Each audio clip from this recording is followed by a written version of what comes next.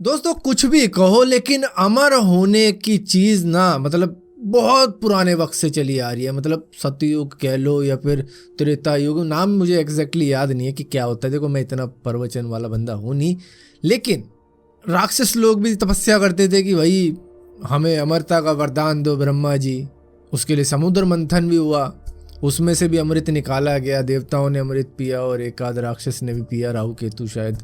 तो वहां पर भी अमर होने का लगा हुआ था और यहाँ पर भी अमर होने का लगा हुआ है। जेफ बेजोस लगा हुआ है कि भाई कोई ऐसी टेक्नोलॉजी निकालो जिससे कि इंसान की हेल्थ हमेशा बरकरार रहे, जिससे कि वो लंबा जी पाए, एटलीस्ट लंबा जी पाए।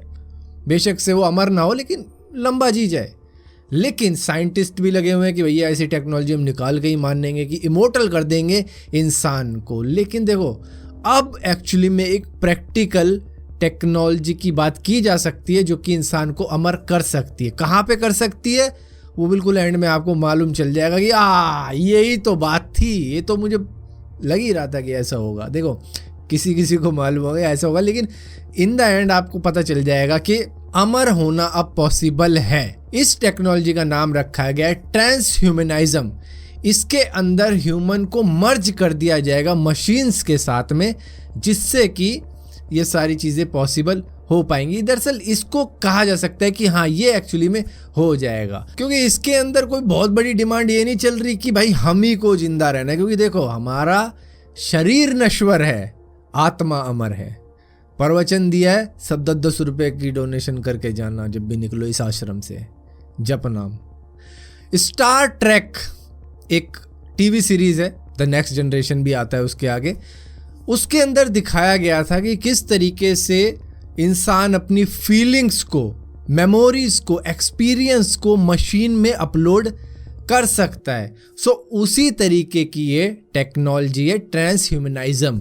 इसके अंदर आपके emotion, thought, experience, basically everything जो भी आपके दिमाग के अंदर है उन सभी चीज़ों को मशीन के अंदर अपलोड कर दिया जाएगा। क्योंकि यही सारी चीज़ें तो होती हैं जो इंसान को यूनिक बनाती है। क्योंकि हम सारे इंसानों के अंदर इमोशन, थॉट्स, एक्सपीरियंस और बाकी जो चीज़ें होती हैं वो सब अलग अलग होती हैं। हर एक इंसान सेम चीज़ नहीं सोच सकता, सबकी थिंकिंग अलग होती है, सब अपने हिसाब से सोचते हैं। हर पॉइंट पे 10 बातें सोची जा सकती है जो कि हर इंसान अलग अलग तरीके से सोच सकता है, जो चीज़ उनको एक यूनिक इंसान बना देती है। तो उसी चीज़ को निकालने की बात हो रही है। अब इस प्रोसेस को समझ लेते हैं। देखो ये 2 तरीके का प्रोसेस है।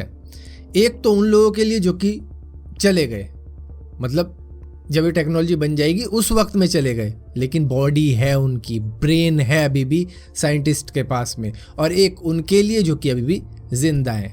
सबसे पहली चीज़ माइंड को प्रिजर्व करने की कोशिश की जाएगी उस बंदे की जो कि गया इस दुनिया से, क्योंकि उसके थॉट उसमें से निकालने हैं। माइंड कॉपिंग आ जाती है इसके बाद में, दोनों के लिए, जो है नहीं है उन सभी के माइंड को कॉपी करने की प्रक्रिया रहेगी इसके अंदर। और उसके बाद में उसको ट्रांसफ़र करने का जो प्रोसेस होगा वो किया जाएगा तैयार। तो उसको मशीन में डाल दिया जाएगा, जैसे कि कह लो हार्ड डिस्क वगैरह में रख दिया जाएगा, क्योंकि बहुत सारा डेटा चाहिए उन सभी चीज़ों को संभालने के लिए, क्योंकि बहुत सारी चीज़ें जो हमारे ब्रेन के अंदर चलती है। उसके बाद में एक ब्रेन एमुलेशन तैयार किया जाएगा। देखो ब्रेन के अंदर करीबन 86 बिलियन न्यूरॉन्स मौजूद हैं और ये इतने ज़्यादा हैं कि पता नहीं किसी तरीके से काम करेंगे साइंटिस्ट इसको लेके।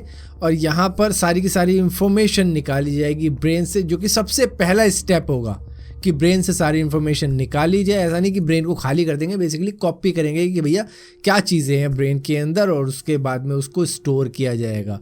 इसके बाद में रिकंस्ट्रक्ट किया जाएगा आर्टिफिशियल ब्रेन को, जो कि करीबन 1 गीगावाट ऑफ पावर पे चलेगा।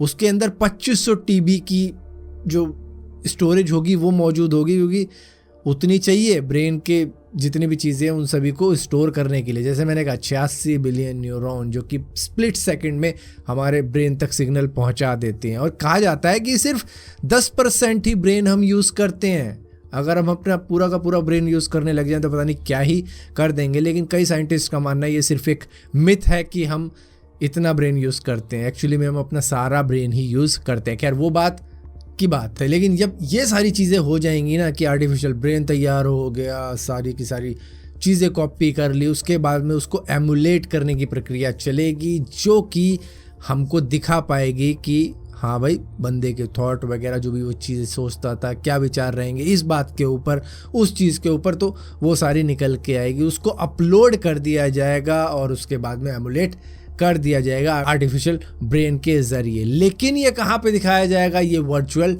वर्ल्ड के अंदर दिखाया जाएगा। वो कहाँ है? वो है मेटावर्स के अंदर, जहाँ पर लोग बिलियंस ऑफ US$ दे रहे हैं बड़े बड़े सेलिब्रिटीज़ के पड़ोसी बनने के लिए, बड़ी बड़ी चीज़ें खरीदी जा रही है वहाँ पे।